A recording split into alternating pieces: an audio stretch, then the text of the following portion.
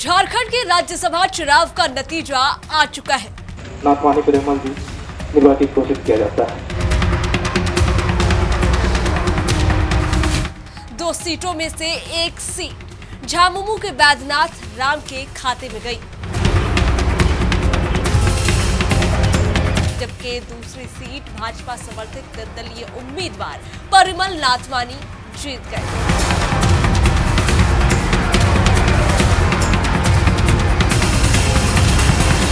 लेकिन चुनाव खत्म होने के बाद जिस एक वोट की सबसे ज्यादा चर्चा हो रही है वो है डुमरी विधायक और झारखंड लोकतांत्रिक मोर्चा के नेता जयराम का वोट।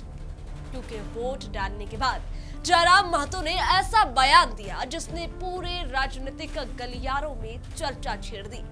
जयराम ने कहा कि उन्होंने उसे वोट दिया है जो दिल्ली में झारखंड का काम करा सके। उन्होंने किसी उम्मीदवार का नाम तो नहीं लिया, लेकिन इतना जरूर कहा कि उनका फैसला झारखंड के हित को ध्यान में रख करके लिया गया है। अब सवाल उठता है कि आखिर जयराम महतो का वोट इतना महत्वपूर्ण क्यों था? क्यों चर्चा जयराम महतो के वोट को लेकर के हो रही है? और क्यों बीजेपी जयराम के वोट को लेकर के आश्वस्त थी? और क्या उनके बयान से ये संकेत मिलते हैं कि उनका वोट परिमल नाथवानी को गया? नमस्कार, आप देख रहे हैं टीवी 45 और मैं हूं आपके साथ सबनाज।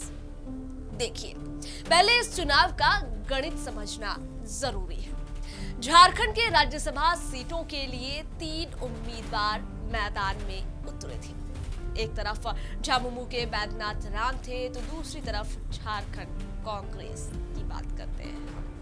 दूसरी तरफ झारखंड कांग्रेस के प्रणव झा और तीसरे उम्मीदवार थे भाजपा समर्थित निर्दलीय परिमल नाथवानी। संख्या बल के हिसाब से माना जा रहा है कि इंडिया गठबंधन दोनों सीट जीत सकता है। जहां संख्या बल के हिसाब से तो यही चर्चाएं थी कि दोनों सीटें इंडिया गठबंधन के खेमे में जाएगी, इंडिया गठबंधन दोनों सीटें जीत सकता है। लेकिन चुनाव परिणाम आने के बाद तस्वीर बदल गई। बैद्यनाथ राम और परिमल नाथवानी जीत गए, जबकि कांग्रेस उम्मीदवार प्रणव झा हार गए। और यहीं से शुरू हुई क्रॉस वोटिंग और राजनीतिक संदेशों की चर्चा।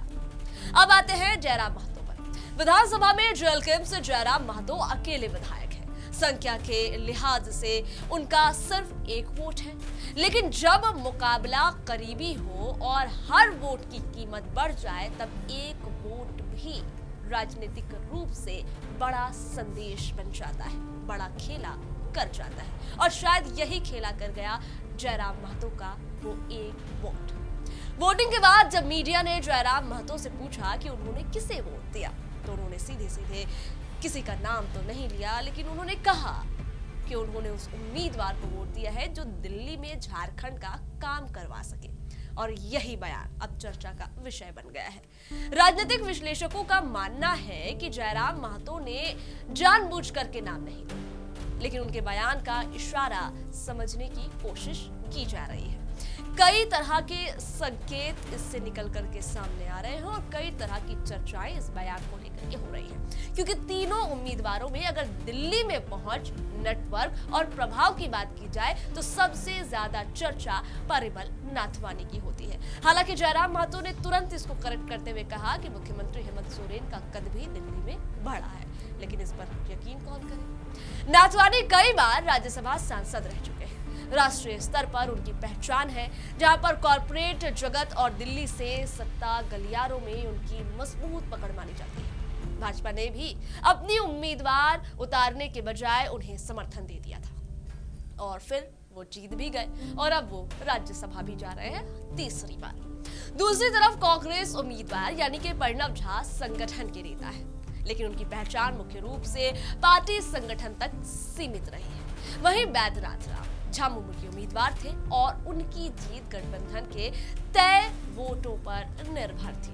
तय वोटों पर उनकी जीत जो है वो निर्भर मानी जा रही थी। ऐसे में जब जयराम महतो कहते हैं कि उन्हें उसे वोट दिया है जो दिल्ली में झारखंड का काम करा सके, जब जयराम महतो कहते हैं कि जो दिल्ली जाकर के झारखंड का काम करा सके उन्होंने उसको वोट दिया है, तो राजनीतिक चर्चाओं का केंद्र परिमल नाथवानी बन जाते हैं। हालांकि ये भी सच है कि अभी तक जयराम महतो ने किसी का नाम नहीं लिया है, इसलिए ये दावा नहीं किया जा सकता कि उनका वोट किसे मिला है। लेकिन उनके बयान ने इतना जरूर साफ कर दिया है कि वोट देते समय उन्होंने राजनीतिक दल या गठबंधन से ज्यादा प्रभाव और परिणाम को महत्व दिया है।